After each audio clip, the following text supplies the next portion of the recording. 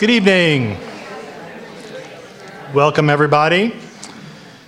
My name is Stephen Woolfolk. I'm the Assistant Director of Public Affairs here at the Kansas City Public Library, and it is my pleasure to be here tonight to introduce a remarkably talented journalist and author, Jennifer Senior. If you'll indulge me, I would like to deviate from our usual routine of summarizing upcoming events, because I see some new faces here tonight, and I would like to introduce you to a few library services that you may not be familiar with, starting with our New and Notable collection, because that's where I discovered this book. New and Notable currently exists at the Sentinel Branch and at the Plaza Library. You'll notice it here as you walk in the main door off to your right. And there's a couple of things different about New and Notable compared to the rest of the library collection. The first thing you'll notice is all the books are on the shelves setting face out in order to create a more welcoming experience that hopefully reminds you a little bit of a bookstore. The other thing you'll notice is that all the books in the New and Notable collection are books that have either appeared on one or more bestseller lists, or they're books that have achieved some level of critical acclaim.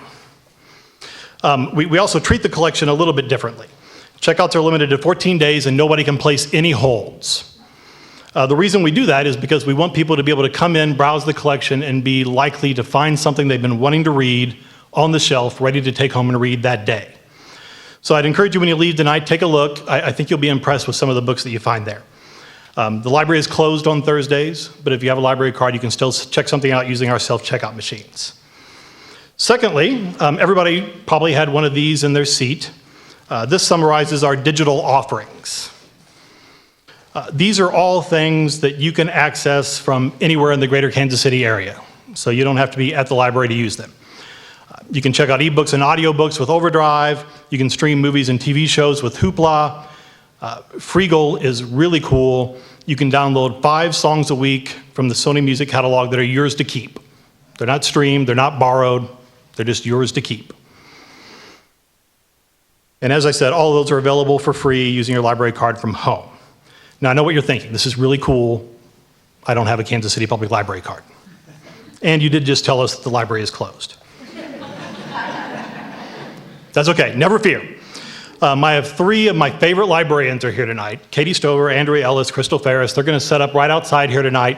So anybody who wants a Kansas City Public Library card can sign up and leave here with one tonight. And here's a little known fact. Librarians are actually paid on commission. So if you get your library card tonight, not only will you be feeding your mind, you will be helping to feed a librarian. But I'm sorry, ladies, that meal's gonna have to wait, because first we have a great program for you guys tonight. I read a lot of books. More accurately, I read parts of a lot of books. We do about 20 author talks a month, so I'm constantly on the hunt for additions to our event lineup.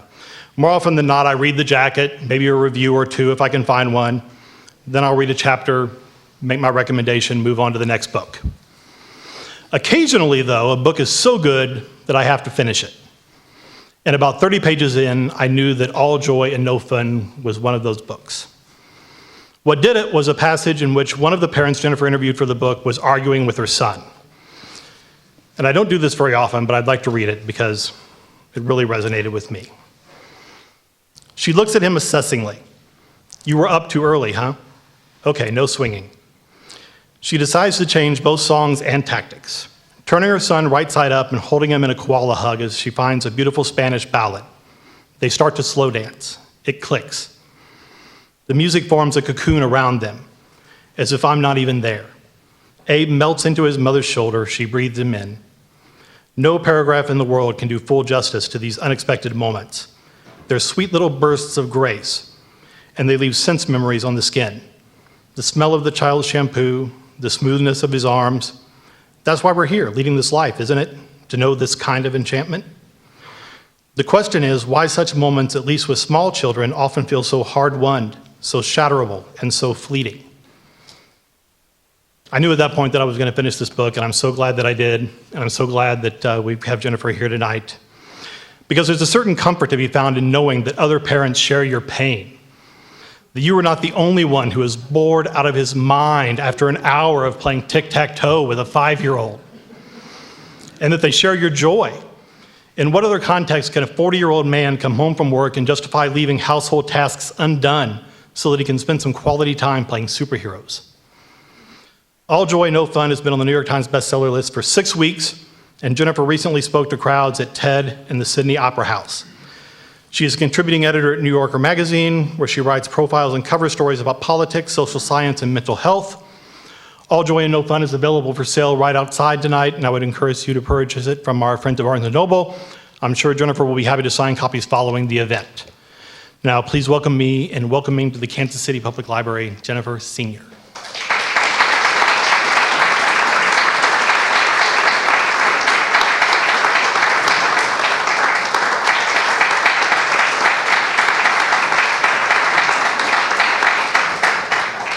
Hey guys. There are like introductions and there are introductions. Steve Wilbur's introduction was the nicest introduction I've gotten, like maybe ever. Thank you for that. Thank you, Katie. Thank you, everybody at the Kansas City Public Library for inviting me. It's just gorgeous here. And that chess set out there is killer. I took a picture of it for my son, and they very graciously had me like posing and mugging. It was fabulous. Anyway, so I guess the sound is good. Am I too close? We're good? All right. You'll yell at me if there's sibilance or something. So I'm just going to dive right in. So there is, as we know, no shortage of books on the shelves at Barnes & Noble or at your independent bookseller or here telling you how to raise and mold and shape a child. You know, I don't know about you guys. At my local bookstore, the child-rearing shelves are exactly the same size as the shelves devoted to current affairs. Exactly the same. Which, if you think about it, is completely nuts. And, the range on there is pretty staggering. It's stuff like how to raise an, economically savvy kid and an eco-friendly kid and a kid who can do yoga and a kid who speaks a second language and a third language, even if you only speak one language. I mean, it's astonishing what the variety is up there. And the presumption is that, you can mold and shape and influence this kid within an inch of your child's life. What none of those books did, and this is what I found very unsatisfying and very difficult, is that almost none of those books talk about the ways that kids mold and shape and influence us as parents. And that's all I really wanted to know about in a funny way. A few months in, of course I wanted to be competent and I wanted to know how to take care of my child, but I was really interested in the effects of kids on their mothers and fathers. So that's the book that I wanted to read. It's the book that I eventually wrote. It grew out of a story that I wrote for New York Magazine in 2010. I don't know if anybody ever wound up getting it in their inbox. It had an unexpected life that was interrogating, this very robust finding in social science, which says that kids do not improve their parents' happiness, and in fact compromise it, if anything. This is robust, this finding. It's been replicated a lot, and I was really surprised when I read it. It was extremely counterintuitive when I first looked at it, and I thought it deserved some interrogation. But just to give you an idea, here is one of the most kind of noteworthy findings along these lines. It became an instant classic when it was published in 2004. You might know about it. It bears repeating. It was done by Daniel Kahneman. He's a Princeton guy. He's a psychologist, but he's won a Nobel Prize because he more or less invented the field of behavioral economics. He surveyed 909 Texas women. He asked them to please recreate what they did over the course of the day. They were all working women. He had them, in the paid workforce, let's be clear about this, because it's not like it ain't really hard to raise a kid if that's what you're doing at the moment. But he had them all write down what they were doing and how much they liked it. And he wanted them to, and he gave them a fairly sophisticated palette of adjectives to use to describe it. Were you engaged? Were you bored? Were you thrilled? Were you scared? Were you over the moon? It wasn't like just rate happy on a scale of 1 to 5. And in the end, these women rated childcare 16 out of 19 in pleasurability. Almost everything else that they did over the course of the day clocked in higher, including, for instance, vacuuming. Higher. Housework. Napping, which is to say losing consciousness entirely was considered preferable to being with their own children. And they were not consciously rating this. I mean, this was not, they weren't doing it trying to rate it relative to the other things that they did. This headline very quickly overtook the findings, this finding became the headline of Dan Kahneman's study, much to his chagrin, and it's still sort of a touchstone for people, because how could that be?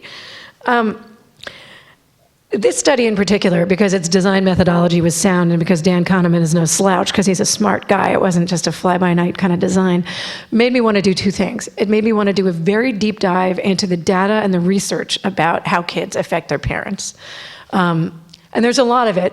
It's just not all in the same place. You have to go into each individual silo. You have to look at, sociology, anthropology, psychology, economics, history, little philosophy. You can find stuff everywhere. You just have to get it all on one shuttle and weave it all through one loom. So I wanted a lot of data, and the other thing that I wanted to do was I wanted to animate this data by doing lots and lots of case studies, lots of families. I wanted to tell it I wanted the data to come alive in people's living rooms and their kitchens and over their carpools, because data just rendered on the page is dull as nails. It doesn't matter how lively a writer you are. I mean, some people can pull it off. It's hard. And also because, I'm a reporter, so, I've been a journalist for forever, so 22 years. So I knew that families would give me cues and show me what to look at. So what did I find? Well, Kahneman's this finding generally is both right and wrong, right? I mean, it has to be both right and wrong. Here's what it's missing. If social science is consistently telling us that parents are not as happy as non-parents, they're not searching for certain things. Like, they are not searching for meaning, for instance. I mean, something is slipping through the sieve of social science if they aren't capturing the kind of meaning and purpose and overall design that children give you over the course of life. Parents do not wake up on Sunday mornings and go, I don't know what my purpose is here on this earth, and I don't know what I'm doing here. You're just doing it. And that is really important. And in fact, the few studies that have measured meaning, parents come out ahead. Here's what else it doesn't measure. Parents are much less inclined to take their own lives. Very robust findings since the 1880s. Suicide rates among parents are much lower. They have earthly ties that bind. They have reasons to go on. They have reasons to want to be here. So if these studies aren't picking that up, something is incomplete about them. On the other hand, I think they are picking up something that, and talking about it, they open up space for us to have conversations that might otherwise be a little difficult about how boring, as it was said, or how stressful, how anxiety-provoking, especially moment-to-moment, raising a child can be. So I thought that they were also in some ways very useful for busting open a space to create a certain kind of dialogue. So the best way I've heard this described is that kids are high cost and high reward. That pretty much sums it up for me. The most recent study, finally at long last, which was done with a giant Gallup data set of 1.7 million people, the researchers found that parents have both more highs and more lows. Finally, that makes sense. They were looking for it.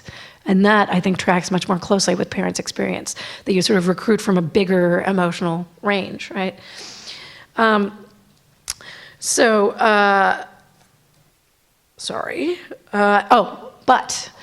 here's the other point that I want to make. To the extent that kids are high cost and not high reward, the high reward we can get to later, but the high cost, to the extent that they are, I want to make them one thing very, very clear. Kids are not the problem, right? It's not the kids. It's something about parenting at this moment in 2014 that is the problem. And I would stipulate that there are three very big changes that have happened that have made parenting a very different kind of thing. I want to talk about what those changes are. Before I want to go any further, though, I just want to say two things. This is not an advice book. It's prescriptive. I mean, it's descriptive. It's not prescriptive. I anatomize our lives. I pull them apart. I hold up a mirror to us. I don't tell you what to do. And so I don't want anybody to read this and think, oh, great, now I'll know. I don't know how to raise your kids. I don't know how to raise my own. I mean, I have no clue. I know about parents. The other thing is, although if you squint, you can kind of see what works well, and you can. There's something very validating about knowing how we got here, and that can make you feel better. The other thing is, this is a book that focuses on the middle class. It does not focus on poor parents, which I wish I could have done. It's an entirely different kind of book to write about poor parents, because you can't really separate the problems of poverty from the problems of parenting. If you are taking a 3-hour bus ride to go to your lousy minimum wage job, is that a parenting problem or is that a poverty problem? You tell me, And I can tell everybody here really good books to read about this, but I didn't focus on the poor in here, and I didn't focus on very wealthy families. Or even that many upper middle class families, frankly. Only one kid in here goes to private school. It's the reason that this book is not primarily focused in New York to some degree. I mean, I love New York, and I am a New Yorker, but I think we can safely say New Yorkers are crazy. So I went to different parts of the country to do the research, and the problem with doing a book based on New York is that you've got a lot of people who have a lot of money who can outsource a lot of the hard stuff, and that wasn't interesting to me. So, all right. So now for the 3 things that I think have really changed the way, the 3 big changes that really make parenting different. Number 1, choice. It bears saying. The pill was a big deal, and being able to space apart your kids when you want them is a big deal. To put this in perspective, in Plymouth Colony, there were 8 kids per family who survived into adulthood. In 1850, there were 5. Today, there are 2. And if you have a college education, you will not, odds are, have your first baby, if you're a woman, until you were 30.3 years old.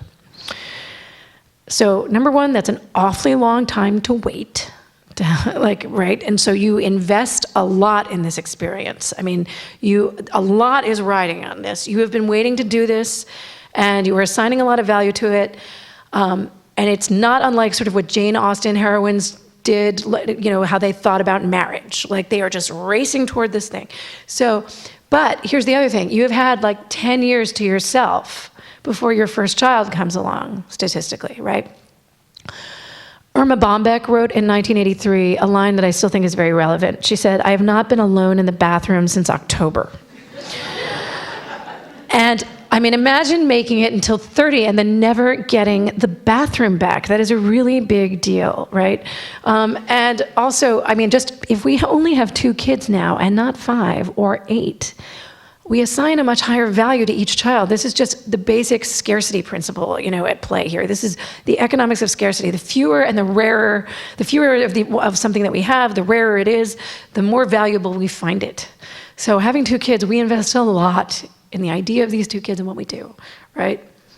Again, these are all averages.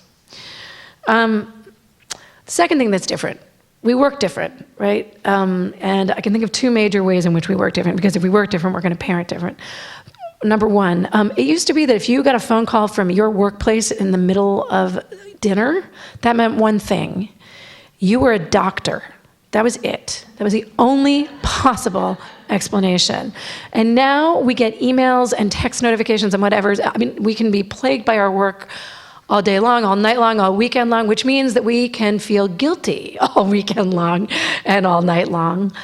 And the perversity, and I have so many parents say this to me, and it totally hits home because I'm the same way, is we now all think that our kids are interrupting us when we're doing our email, and not that our email has been interrupting us when we were supposed to be spending time with our children. We all do it. We all do it.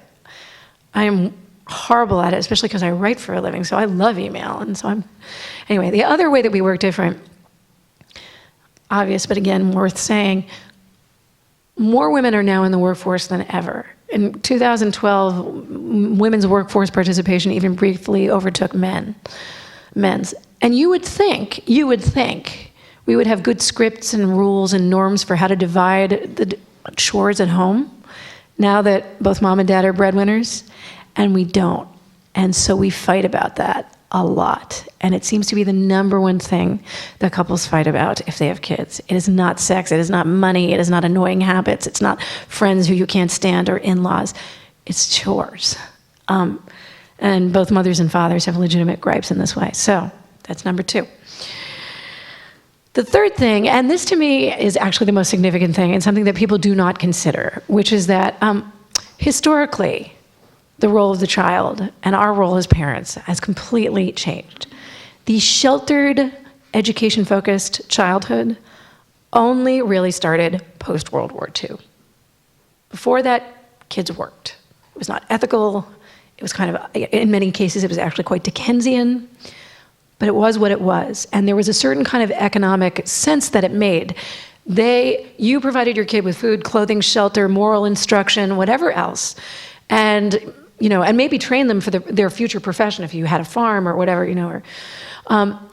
and they, in return, kicked money into the family till or labor into the family till. So the more kids you had, theoretically, the more prosperous you were. Not always, but often.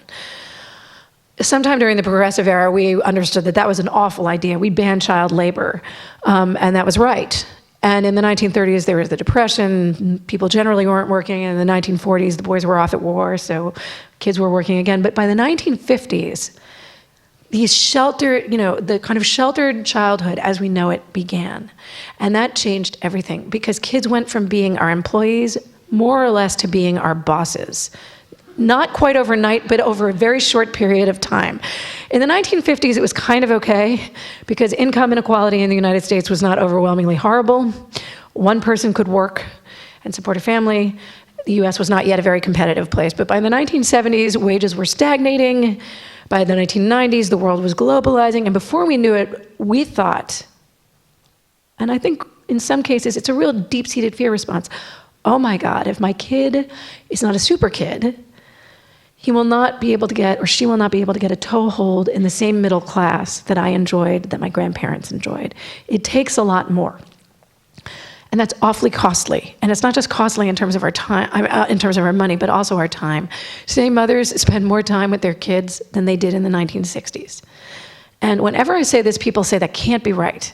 But all you have to do is look at the American Time Use Survey, and you can understand exactly how it happened. In the 1960s, what moms were doing was they were keeping impeccable homes. They were cooking splendid meals. Their homes were very clean. There was no more ring around the collar. It was great, right? But kids were put in playpens or told to get on their bikes and come back at 6 o'clock. Now, if you look at the American Time Use Survey, our homes are filthy and no one has a clue how to cook. But we all spend plenty of time with our kids, right? We are all spending tons of time with our children. And that's where the energy goes. And there's even like a subtle linguistic shift that we can look at that says it all. Back in the 1960s, if you stayed at home with your kid, what were you? A housewife. Emphasis on house. That's where your professional instincts went. Now if you stay home with your kid, what are you? Mom. Stay at home mom. That's where we pour our energy.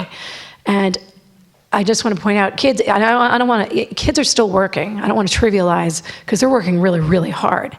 They're just not working on behalf of the family anymore, right? They're working on behalf of themselves in order to get themselves ahead. And that creates extra work for us. I mean, their new work is violin lessons, but they're learning them Suzuki, so we have to learn the violin too. They're doing homework, which we now have to check. My mother did not have a passing, even like the most passing acquaintance with my homework. She had no idea. And they're going to sports, they're going to soccer. And we're driving them all over creation because they've got whatever. That's their new work, and it just creates a lot more work for us. Those are the three forms of work. So those are the three changes that I think are really significant. I'm not much for reading my book out loud. I feel like reading out loud is just whatever. So, but I'll do a little bit of it. I'll read from one section. Steve, thank you I love the part that you read in the beginning. So I organized my book chronologically. It's about how kids affect you at every stage. So the beginning is all about how little kids affect you, how the transition itself to parenthood affects you, and up until 5, right? So how it affects your marriage, how it affects your sense of autonomy, and then boom, on chapter 3, I talk about the joys that little kids give you, the singular kinds of crazy joys, like getting to pretend as a 40-year-old that you were a superhero and getting to howl and dance naked and do all sorts of dumb stuff you would never, with your guarded superego as an adult, otherwise allow yourself to do. Then Chapter 4 is about like the elementary school years, which I refer to as like kind of the carpool Hades years, not in the book, but mentally in my head, that's how I think of them. And then the adolescent years, which are, but that is where I was going to read out loud from. I never know which section to read out loud from because I always look at the audience and I always go, do they have teenagers? Do they have babies? Do they have like elementary schoolers? And I always screw it up. I could never get it right. And then a friend pulled me aside at one point and said, just read from the teen chapter because you know that most people who are here they didn't leave their little kids at home. They left their like older kids at home, which tends to be true, but not always. I know it wasn't for, I know I've been abandoning my little kid for like on the road for a lot. Yeah, I know. My book tour separated me from my little kid for quite some time. So, but I just never know what section to do. I think I'm going to do the teen section just because, here's the truth, if there are people here who have grown kids, they probably remember the teen years in some ways the most vividly. So I might consider just doing that.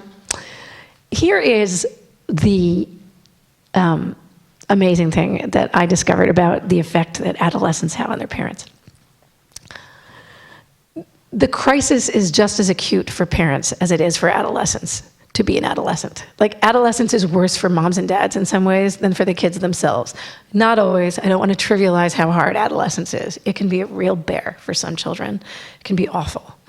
But it's very interesting to look at people who've done work on both. They will probably argue that it's harder on the parents.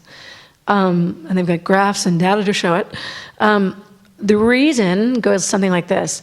Before, all you craved was free time, right? When your kids are really, really little, you just want an hour to yourself. And then suddenly all you wish is that they'd say hi to you, right? Like you just wish they'd pay you some attention at all. And when they're pulling away, you are suddenly realizing that you only have whatever other resources are in your life to fall back on. They're not like bounding up to you when you walk through the door after you've run an errand or come home from work and saying, oh my God, Mom, Dad, it's so great to see you. They're indifferent at best. And so, what happens is you're suddenly going, okay, where am I going to get my extra kind of fuel? I know I'll get it from work. Oh, wait, I don't really like my job that much. Oh, I'll get it from my spouse. Oh, wait, our marriage hasn't been that good for like years. I'll get it from my hobby. I don't have any hobbies, Christ. You do all these things where you're trying to figure, and that's what I found really interesting. Not always, not always. And adolescents are fabulous because they're proto-people and they're interesting and all this stuff. But that was what he discovered, this one particular researcher who I thought was really terrific. So I'm just going to read a little bit about this phenomenon. And I just want to say now that the one woman here who is expressing some kind of midlife regrets, she regretted staying home too long. A few pages later, I have a woman who regretted working too much. I don't have an opinion about the mommy wars other than the fact that I think they are fake. All I'm going to say about that. I think everyone feels like they're at 6s and 7s and I don't think anyone feels like they have an arrangement that works. So I have no dog in that race. I'm only reading this woman's section because she's just lovely and she speaks beautifully. And so I just liked her. That's the only reason I'm sticking with her. And then we're going to go have more cocktails. Perhaps this is what's so powerful about adolescence for parents. We're now contemplating ourselves as much as we're contemplating our own children. Toddlers and elementary school children may cause us to take stock of our choices, and they may even awaken feelings of regret. But it's adolescents usually who stir up our most self-critical feelings. It's adolescents who make us wonder who we'll be and what we'll do with ourselves once they don't need us. It's adolescents who reflect back at us in proto-adult form, the sum total of our parenting decisions, and make us wonder whether we've done things right. Whereas young children are still unformed, still works in progress. There's still time to change course if need be. As part of his study of the parents of adolescence, Lawrence Steinberg, he's the researcher I think is terrific, asked his participants to fill out a, quote, midlife rumination scale, which included this item. I find myself wishing I had the opportunity to start afresh and do things over, knowing what I do now. Nearly 2/3 of the women reported frequently feeling this way. So did more than half of the men. When he wrote up the results, Steinberg made a crucial distinction about this question. He noted that the survey item didn't ask participants whether they wanted to be teenagers again. That's the cliched wisdom. that what adults truly crave in midlife is the raucousness and freedom of their youth. Thus, the cliches about men purchasing red sports cars and women running off with their tennis instructors. What Steinberg realized in follow-up conversations with his subjects was that they didn't want a second adolescence at all. What they want, Steinberg writes, is a second adulthood. Their children's adolescence, he found, was often cause for extensive inventory taking, if not a full-scale review of their life choices. Filled with misgivings about their choice of career, spouse, or lifestyle, he writes, they want a chance at another life. This inventory taking is precisely what Gail does when I sit with her in her sunny kitchen on a Sunday morning as her 3 adolescent daughters, ages 14, 17, and 20, slowly start to stir. She relates a counterfactual history of herself, but she doesn't rewind the tape to the very beginning. She rewinds it to the moment that she left home. If I had chosen to spend more time on studying in high school, she said, I could have gone to a different college, finished sooner, and maybe even had been on a different career path earlier, which would have sent me on a different path. Been in a different career earlier, which would have sent me on a different path. And maybe, in the scheme of my life, that would have been a better choice. Gail's decision was to be a stay-at-home mother. When she made her decision, it made perfect emotional sense. I quit working because I couldn't stand being away from my children, she says, as her 3 girls yo-yo in and out of the kitchen. To be away for an hour, to go to the bank, just hurt me. So she talks about how great it was, and then she talks about the fact that she then realized her kids were getting older and probably didn't need her as much. So she tried to reverse course. For a while now, she's been looking for work as a public school teacher, the field in which she was originally trained. But trying to find a job in a sector that's suffering terrible cutbacks, at the age of 53 no less, is not easy, and the process has not exactly boosted her morale. If you look at any school review, she says, you see the teachers are young and energetic, which sounds great, but for me, it's a little blow. I think I'm energetic, but I'm not young. Over the years, she has also been forced to reckon with the financial consequences of her decision to stay home. She recalls one of the road trips she took with May, that's her oldest, her junior year, touring some of the schools in New York State's university system. They quarreled bitterly. May thought the quality of some of those schools was so low that it was a waste of time to apply. And I was saying, you'd better, says Gail. Those colleges were all that she and her husband, who owns a small mail order business, could realistically afford. As May was growing up, Gail conveyed to her the idea that she could go to any college she wanted, so long as she worked hard enough. It was a useful illusion, one spun primarily out of love, to make May feel secure, to make her feel optimistic, to make her feel confident and powerful and motivated in a world that is in fact sometimes scary and hard to navigate. You raise children to think the world of possibilities is theirs, says Gail. And we somehow think, we'll make enough money, or they'll get in on a soccer scholarship. And then, all of a sudden, they're 18. And it's like, oh, no, you can't go to college there. On that road trip, May called her mother's bluff. She assessed with a gimlet eye the limitations of the world around her and declared that she didn't like them. That was when Gail realized that the spell she had cast, this story she had so lovingly told, was perhaps as much for her own benefit as it was for May's. We, she tells me, had been living in that dream world too. The ending of this story is that May went to a really awesome college, the best one in the state, in the SUNY system, on a full ride, and her mom is now teaching. All is well. That's it. That's all I got. I'll take questions if you have them.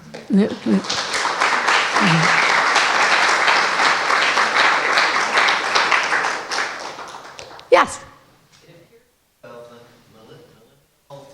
Fathers, males, have stronger involvement with children today. Yep. Past generation. Yep. What does your data say? Well, that goes back to when you say millennial, they don't break them down by generational cohort. I think the point is that right now, parents are spending more time with their kids than they are in previous. So you can assume that, if you're a boomer, your kids are going to be older, right? They're probably either teenagers or, or out of the house. And I think that really it's Gen Xers, Gen Ys, and millennials who are concentrated in the American Time Use Survey data in the main. And that's the most that they can tell you. Because unfortunately, I would kill to have more granularity in these studies, but it just doesn't exist. So they can't give you a good breakdown about like millennials versus Gen Ys versus Gen Xs. They don't say. They don't know. But in the main, it's certainly true. And it's certainly true that fathers are spending way more time with their kids than their fathers ever did. And interestingly, fathers are now reporting more work-life conflict than mothers are. And I don't think that means they're experiencing more of it. I think it might mean, there's a cynical part of me that thinks that what that means is that women are so used to it that they don't even bother reporting it unless it gets really, really bad. But the mere fact that men are reporting it in greater numbers is interesting in and of itself because it means they're feeling it. And it probably means that they're getting resistance in their workplaces about trying to balance things. Or they're feeling anxiety, or maybe they're not getting resistance and they feel like they can't ask to be the one who picks up the kid if the kid's sick, right? And again, that's just crying out for further interrogation. I'd love to know more about that. And it was a good sample size. It was done by Ellen Galinsky's shop at the Families and Work Institute. So that's worth something too.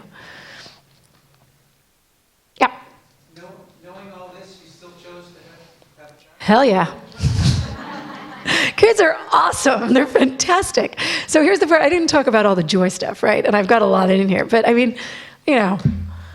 first of all, it gives you this privilege to love somebody like you're never going to love anybody else. Just this wild, psychotic kind of love. And it's to know joy, right, which is the first half of my, you are possibly trading away some of the day-to-day fun of, but I talk about this at the end of the book. George Valiant is, I guess, how he pronounces his name, even though he spells it differently. He is a psychiatrist who should have been a poet in some other life.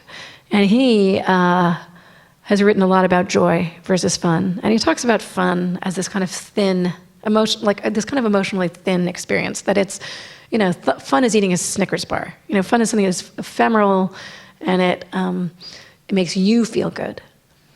It's about you. Joy is about somebody else. It's about being deeply bonded to another person. And it's kind of outward facing. And that's a much thicker feeling. It's a much richer feeling. And he points out that it's harder in some ways to tolerate joy than to tolerate sadness, because this far away from joy is the fear that you might lose who you love so much. It's always there, which is, so he described joy as grief inside out, and I've never forgotten that. I sputtered that phrase on Stephen Colbert's show, and don't ever do that. It was like, he didn't know how to even handle it when I said that. I was like, whoa, you should hang out in better bars. But, it really is an amazing thing to think about, and I think it's right. And, who would not want that, who wouldn't want that? And, I could talk about many other aspects of why there's, what kind of deep meaning and what kind of also delightful pleasures like running naked in the rain does. But, yeah. Anyway, yeah.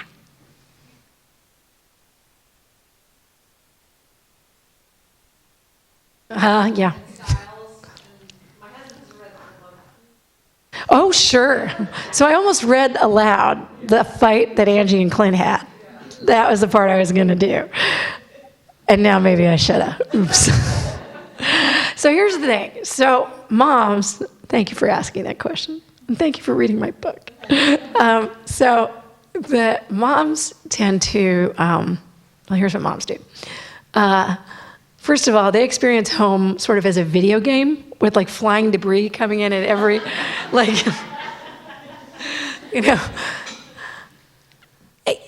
women, if they are at home, the odds go way up that they're multitasking. And men, the second they set foot in the house, the odds go way down that they will be multitasking. When men are at home, they tend to do things one thing at a time. They are much more apt to be multitasking in other settings, including work. But the second they go home, the odds drop. And for women, it goes up. So for starters, when men are saying, you're so scattered, it's true. like to their wife. I mean, we are dividing and subdividing our attention, So this is why at the end of a morning, I will still be standing there in my t-shirt and underwear, and my kid will be fed, and his lunchbox will be packed. But my husband will have read the paper. Like he will have, he will have. It's like, how did you do that? How did you get away with it? That was smooth. I don't even know how you did that.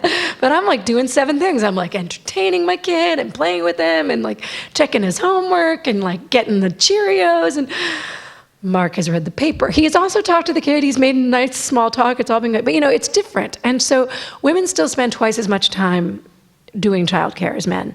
Men get paid, do much more paid work. Right? They are still, so if you add up the numbers, the ledgers are even. So here's the thing, this is, and again, these are national averages. These might not apply in the slightest to your own family. Like averages are not every house, right? But it looks about the same on paper. Here's the difference. So men come home and they're exhausted. They've been working a much longer day on average than their wives have, but their wives have been working some, and they've also been with the kids. So the home is not a haven for them, right? They've been doing more of both. And that's part of the problem, that there's this massive fracturing where it just doesn't feel like there's like a gear shift. The other thing is that the kind of things that women do at home are very different. They do deadline sensitive work at home, and men in the main do not. If you look at the American Time Use Survey, and this is a way that it is granular, even though it doesn't do generational stuff, you'll see men are they're going to be doing yard work, which can happen today or it can happen tomorrow. It's not a crisis. If your kid is screaming, it's a crisis, or it feels like it. It's not a crisis, but it feels like it. So women do more of the deadline sensitive stuff. They are they're more likely to be multitasking, and they're doing more of it. Men are doing less of the deadline sensitive stuff, and they're doing much less multitasking. And so there is this big disconnect between how men and women experience their time when they're in the house. It feels different to each party. And the tension is, women look at men and say, would you do something for God's sake? And men say, I have been doing a lot of work. I'm the primary breadwinner, right? I mean, because that's still statistically true. I've been doing a lot of paid work, and I'm tired, And I'm doing a lot more than my dad did. I don't know how to do this. No one told me, And so they're both very real feelings, and I'm very sympathetic to both. Because from where men stand, their fathers had barely any, they came home whenever they did and said hi and said goodnight, and that was the end of it. So men are doing a ton more than their dads ever did. Men in their minds are imitating their own mothers as far as they're concerned. They just don't see. And also we're all spending, as I said, way more time than we ever did with our kids. So, yes. I'd love to hear your comments about media, like the 50s to now. Oh, sure. Yeah, it's a great question. No, you don't. You don't. But I feel like, and maybe this is just my cohort, like my friends, I feel like it's now okay when you have people over for the house to be kind of messy. It's okay if it looks like a plastic factory has like exploded in your living room. It could be a moonscape of chiming, dinging plastic toys. And no, people just kind of walk over them and into the kitchen. It's like, I do think that's different, whereas that would have been really mortifying back in the 60s if that's what your house looked like. I think that our standards have changed. To me, I think the most kind of tyrannizing social force is in some ways the Facebook curating that goes on. I think that really what you don't ever see is a crying kid on Facebook, ever. And I remember at one point sending out a very frustrated tweet it was around October, late October, and my Facebook feed was just like a plague of pumpkin patch pictures of just kids perfectly positioned and placed in the pumpkin patches smiling. And I wrote, I tweeted out, okay, all you parents with those perfect pumpkin patch pictures, I know about the meltdown in the car on the way there. Because, and a friend of mine actually pointed out, it would be really great if we all just made a decision en masse to start taking pictures of our kids while crying and just do montages of them and show those on Facebook, because they're, just as frequent if your kid is little. Or I don't know if just as frequent, but I think that that's very hard. I think that the aggressive kind of and we all know from lots of data that spending too much time on Facebook makes people feel bad for precisely this reason. People have this impression that other people's lives are better than yours, and they're not. They're just airbrushing them just as you would. They're not. I even find that I edit in, what I say publicly when people ask me about my marriage. I'm all funny about it. But, my marriage is complicated like everyone's. I think that there's this immense pressure not to talk about these things. TV marriages I find hard. For a long time, I wondered why I wasn't Tammy Taylor on Friday Night Lights. I wanted to be her because she's the best mom and wife ever, But I think there's at least a slightly more complex attitude toward parenthood and how difficult it is on TV. I do see a little of that. It might have been more tyrannizing in a way to have, Ozzie and Harriet and, the Cleavers when you knew that wasn't what it was. I'm going to go with social media being the worst offender, I think. Yeah. Why do you think there's been such a 60s and now? What is called? So there's been this increase. It's a good question. So first of all, like I said, don't underestimate the reforms of the progressive era. Kids were not generally regarded as precious for a very long time. That doesn't mean that parents didn't love them a lot. They did. But there's a difference between loving them and thinking of them. There's a sociologist I quote in here. She has the most devastating quote ever. She talks about the transition from the progressive era till now. She says the child became economically useless but emotionally priceless. That's how she puts it. And so, if you go back far enough, kids in Europe in particular, they were often buried, this is back centuries ago, they were buried back in the backyard with pets. They were, in the colonial era, in the northern colonies, not in the southern where they were slightly more sentimental and affectionate. In the northern colonies, they were referred to often as babies. I think people didn't know whether they were going to survive there were high infant mortality rates, so I think there might have been some danger in attaching. That's just an armchair kind of Freudian guess, but, it would stand to reason.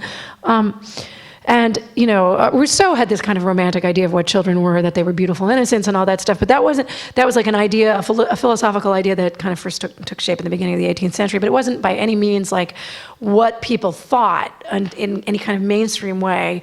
They were still working for you, And I can't remember, I think it was in the mid-1800s that the high chair finally was invented. Kids just sat on your lap or elsewhere. And then think about the high chair as a metaphor. It's like, you are now king, or you are at least on par with the other grown-ups at the table. It's literally the kid's role has been elevated in its physical way. But how we became, I think that in part because we have fewer of them, and we defer them. Think about how precious you're going to find your kid if you've gone through fertility treatments. For instance. So the more you defer them, and the fewer you have, I think the more precious you're apt to find them. I think that explains a lot of it. And it really did start to begin in a major way in the 1950s.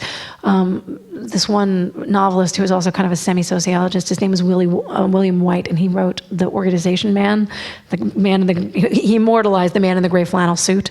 He talked about the United States as being a filiarchy. Kids are on top. Not a patriarchy or a matriarchy, a filiarchy. Children calling the shots, which is pretty fascinating. Oh, I can give you one other thing. Kids were all put in a box. They were all put in grades K through 12. They were all put in high school. So they started developing their own kind of independent culture too. And that's going to make them kind of a universe apart. In 1940, I think only 50% of American boys had graduated from high school. It's actually which nobody realizes. People think that high school has been around forever. And it has, there have been plenty of public schools, but completing it was a very big deal. Yeah.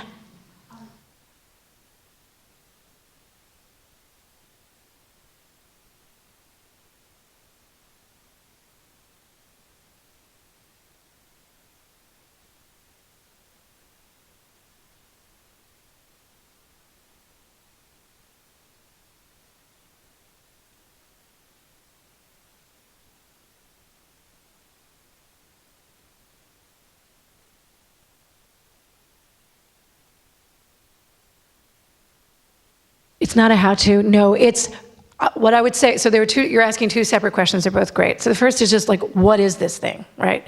And the answer is, it's a hybrid. There's a lot of, I would say sociology primarily is probably how I would categorize it, but it's driven by stories of families. There's lots of case studies. So if you think about Oliver Sacks, right? Just like telling the story of one guy and then all the neuroscience behind this one guy an artist who lost their sense of vision. I don't mean to compare myself to Oliver Sacks, he's really awesome, but like an artist who suddenly lost his ability to see color.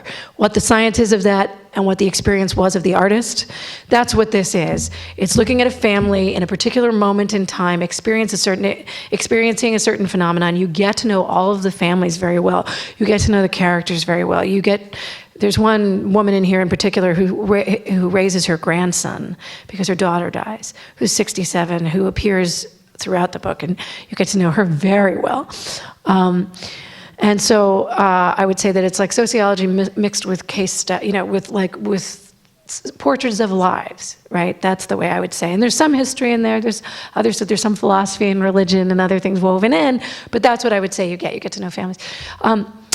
Here's the only thing I want at the end of this book, and it does seem to be a recurring theme on Amazon reviews, which I'm very happy about.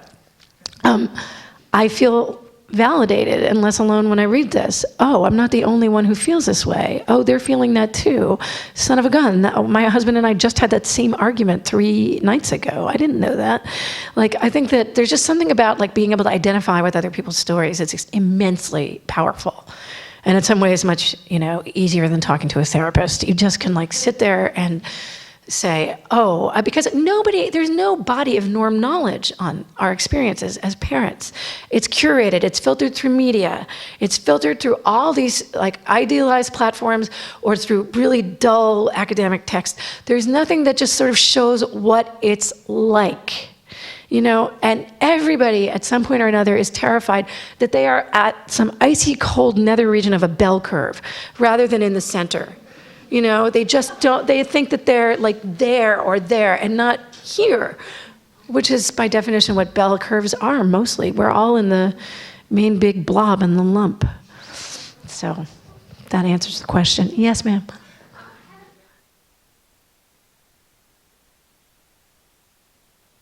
Oh, the one just the other day? Yeah. I love that guy. And what I found really interesting was what you said. Oh, yeah. And it made me think of as a child. And while I was talking to my parents,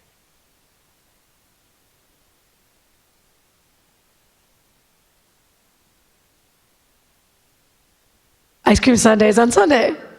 for lunch, right? and my mom looked at me, she said, what are you talking about? You did it twice, didn't you? She didn't say you did it once or twice. And I had this idea in my head, this memory of it, something that was just happening all the That's time. fantastic. I love you for telling me that. That is such a great story. So she's referring to, this is what there was a moment, what was it, Steve Kraske, was that his name? Yeah, he's fabulous. He was so great. I loved him. So that was one of my favorite radio experiences of all time. So I was talking about the difference between the experiencing self and the remembering self. That what is so interesting is that if you measure parents' happiness in real time, they're often not having a whole lot of fun, right? But if you ask adults who have kids what their greatest source of joy is, if they think about it first, they will all go, oh, my kids. By an overwhelming, it's something like 85% of all adults will list that as the number one source of happiness is their kids, which looks a hell of a lot different from Dan Kahneman's research, which showed vacuuming, clocking, and higher. It's a very big difference. And Dan Kahneman is the one who came up with the term remembering self versus experiencing self for that reason.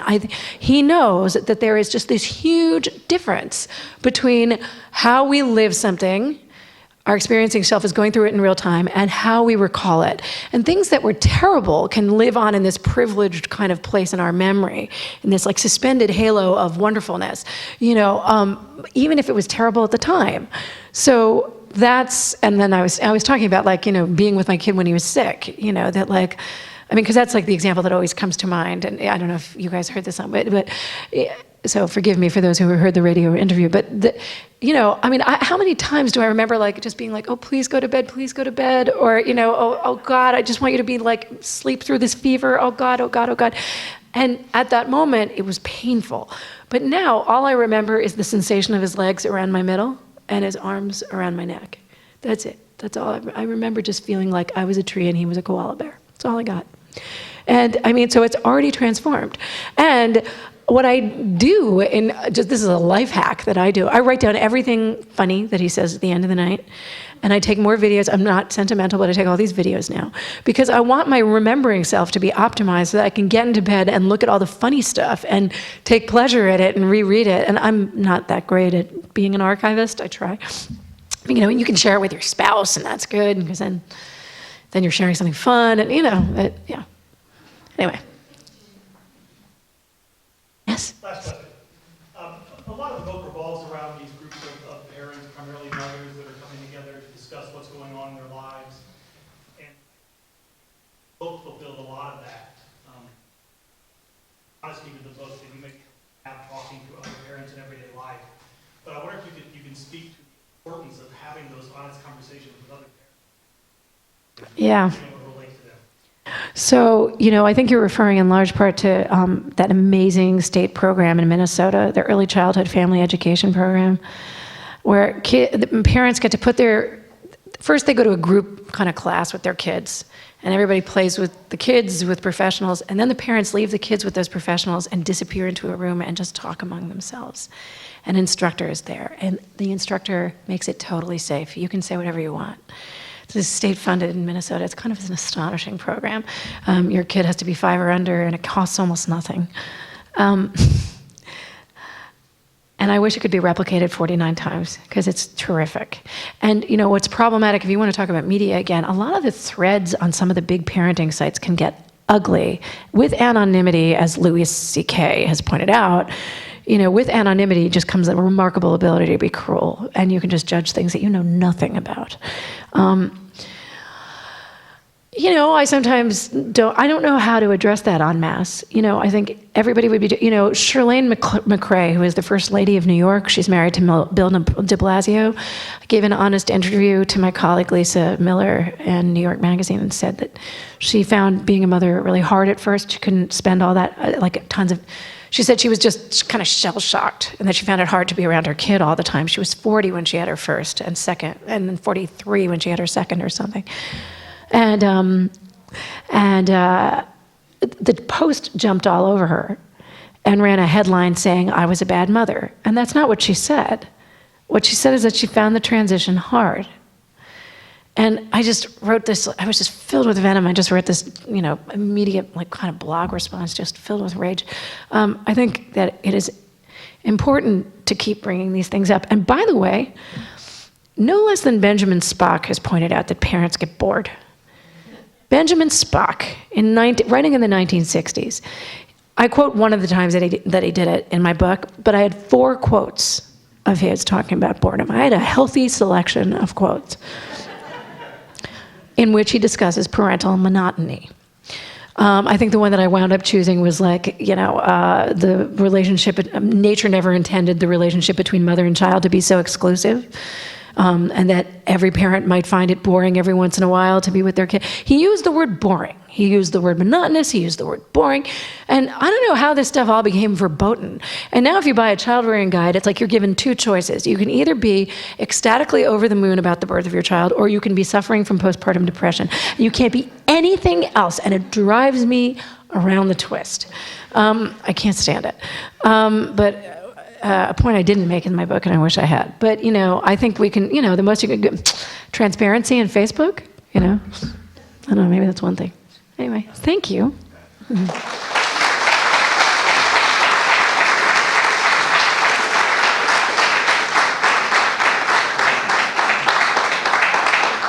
All right, thank you, everybody. Buy the book, get your library card, be a librarian, come back and see us.